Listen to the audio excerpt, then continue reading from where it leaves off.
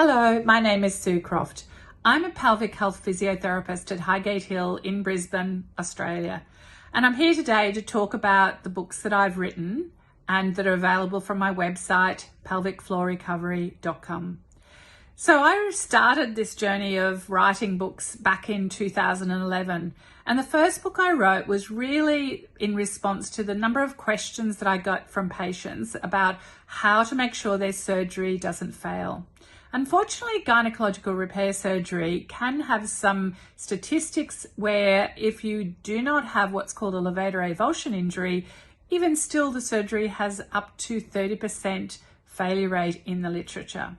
If there is a unilateral or bilateral levator avulsion injury, it's up to 80% failure rate. And so it's really worthwhile trying to learn how can you maximize the result of your surgeon and make sure that you don't have to go back and have this done.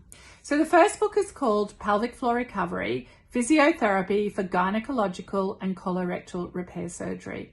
And I have actually revised this book 4 times. So as the evidence has evolved and emerged that, perhaps we don't have to be quite so broad across the range of prescriptive restrictions that we give to patients because they may not have the risk of failure that some other patients may have. So all of the advice is based on an individual level now with the 4th edition. And there's lots of evidence telling you about what are the weights that you can lift safely, what are the things that you exercise you can do and return to after you've had repair surgery. So lots and lots of information to make sure you get the most out of your operation. In 2012, though, I realized there was a need to actually write a general book so that you can actually just learn about the pelvic floor, bladder and bowel prolapse before and after you've had a baby. And so I wrote Pelvic Floor Essentials. And again, now we're up to the 4th edition of this book.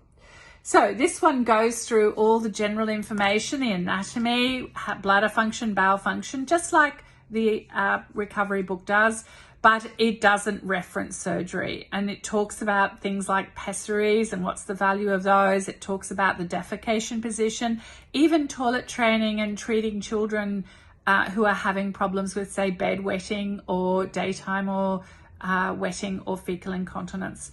It goes through also how to return to exercise after you've had a baby and what's involved with pregnancy and vaginal birth versus cesarean birth, and what is the evidence about what can you look for when you're making a decision about those procedures.